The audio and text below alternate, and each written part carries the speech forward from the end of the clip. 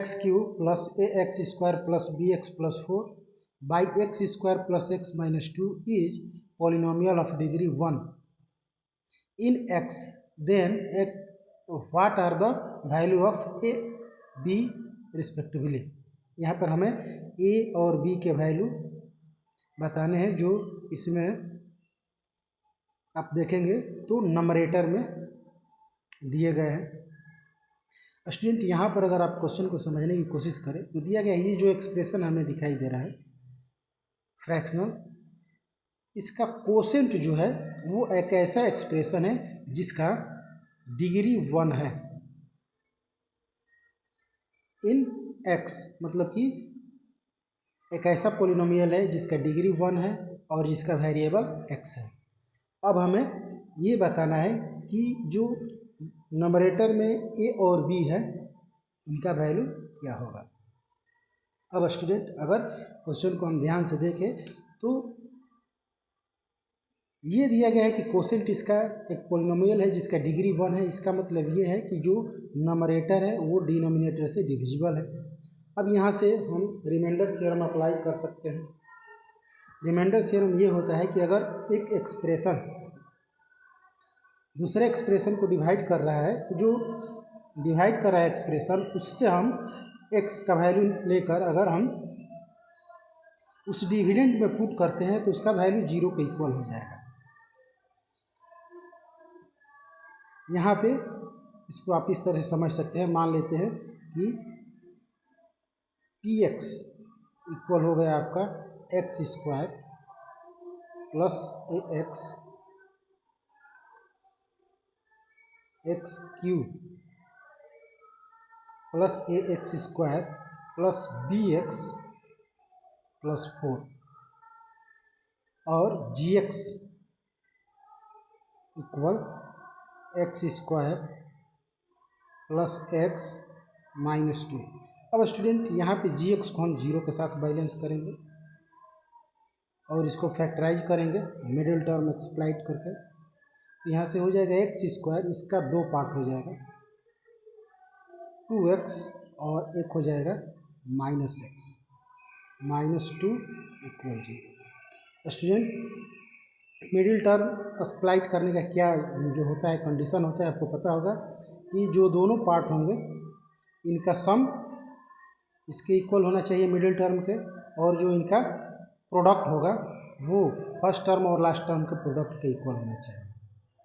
मतलब यहाँ पे इनको सम करने पर एक्स आना चाहिए और मल्टीप्लाई करने पर माइनस का 2x स्क्वायर आना चाहिए। करके देख सकते हैं आप। अब स्टूडेंट यहाँ से दोनों में से x कॉमन लेंगे हम, यहाँ पे बच जाएगा x प्लस 2 और यहाँ से माइनस 1 कॉमन लेंगे, यहाँ से बच जाएगा x प्लस 2 इक्वल 0।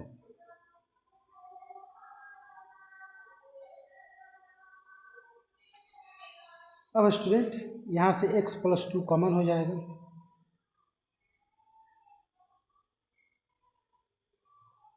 और उसके बाद हो जाएगा x माइनस 1 इक्वल 0। अब यहाँ से हम आसानी से x के जो होंगे 2 वैल्यू होंगे, एक हो जाएगा 2, इसको बैलेंस करेंगे तो माइनस 2 आ जाएगा, ट्रांसपोज होगा, इसको ट्रांसपोज करेंगे तो माइनस 1 हो जाएगा, प्लस 1 हो जाएगा। अब स्टूडेंट रिमाइंडर थ्योरम यही है कि अगर gx से px जो है डिविजिबल है तो उस कंडीशन में gx से जो भी हमें x का वैल्यू मिला है उसको 0 के साथ बैलेंस करने के बाद उसको अगर हम px में पुट करेंगे तो इसका वैल्यू 0 हो जाएगा। अब यहाँ पे अगर हम p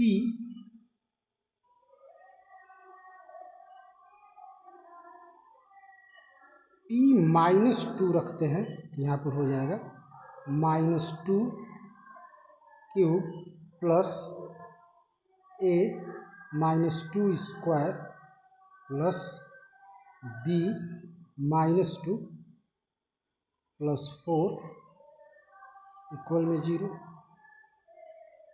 अब इस तरह से यहाँ पे ये हो जाएगा माइनस का 8, यहाँ पर ये हो जाएगा आपका प्लस 4a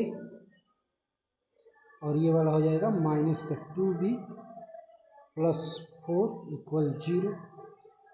ये स्टूडेंट यहाँ पे माइनस हो जाएगा, यहाँ पे -4 plus 4a minus 2b equal 0। इसको इधर हम ट्रांसपोज करते हैं, यहाँ से हो जाएगा आपका 4a माइनस 2b इक्वल 4। यहाँ से 2 कॉमन लेते हैं तो 2a माइनस b इक्वल 4। 2 से ये टर्मिनेट हो गया 2 टाइम में, तो यहाँ पर आ गया 2a minus b equal to, ये इक्वेशन 1 हो गया। अब इसी तरह से स्टूडेंट अगर हम px में x को अगर 1 से रिप्लेस करते हैं,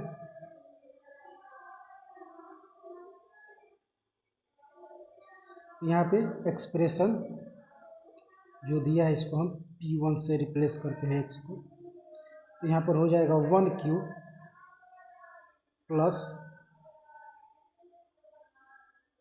2 1 स्क्वायर प्लस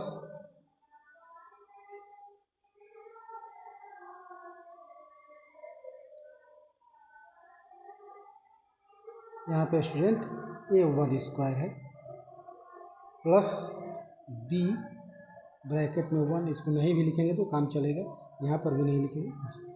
फिर हो जाएगा यहाँ पे प्लस का 4 इक्वल 0। अब यहाँ पर स्टूडेंट 1 हो जाएगा, यहाँ पर प्लस a हो जाएगा और यहाँ पे प्लस का b और प्लस 4 इक्वल 0। इन दोनों का सम 5 हो जाएगा। इस तरह से a प्लस b, ये 5 इधर ट्रांसपोज होगा स्टूडेंट तो माइनस का 5 हो जाएगा, ये इक्वेशन 2 हो गया। अब यहीं पे अगर हम इक्वेशन 1 ले लेते हैं जो कि है 2a minus b equal to 2a minus b equal 2, दोनों का सम करते हैं, ये इक्वेशन 1 हो गया। यहाँ पर देख सकते हैं ये कैंसिल हो जाएगा, ये हो जाएगा 3a, यहाँ पर हो जाएगा माइनस का 3 से 3 कैंसिल हो जाएगा, a इक्वल आ जाएगा आपका -1। अब स्टूडेंट ये जो है हम किसी इक्वेशन में पुट कर सकते हैं, तो 2 में पुट करते हैं।